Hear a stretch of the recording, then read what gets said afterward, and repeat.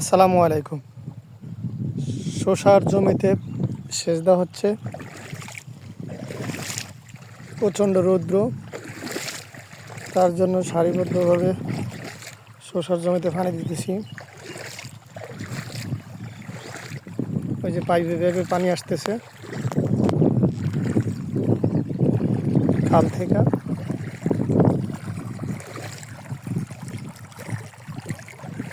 এখানে কি হইতাছে সাজিন?